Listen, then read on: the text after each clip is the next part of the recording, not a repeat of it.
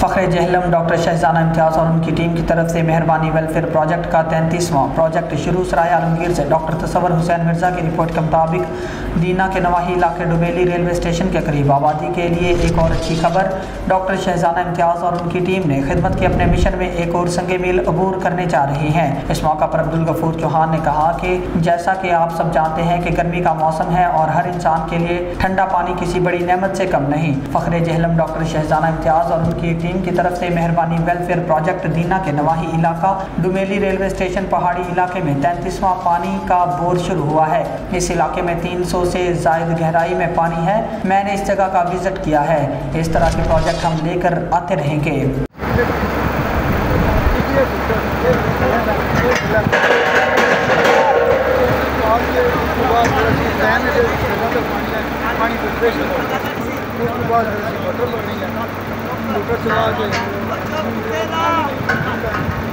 सारी बात